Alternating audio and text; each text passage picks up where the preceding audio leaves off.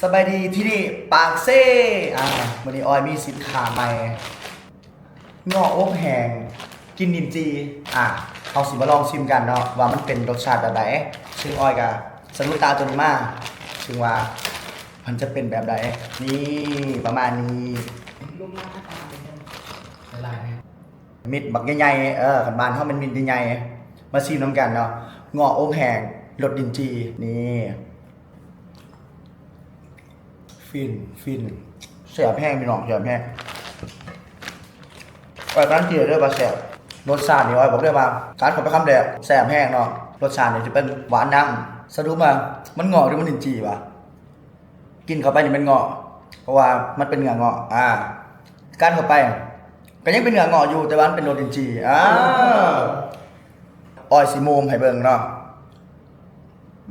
สุดยอดใครสนใจเดี๋ยวออยนำมาให้คอมเมนต์ด้วยเดี๋ยวออยไปหามาให้แซ่บแห้ง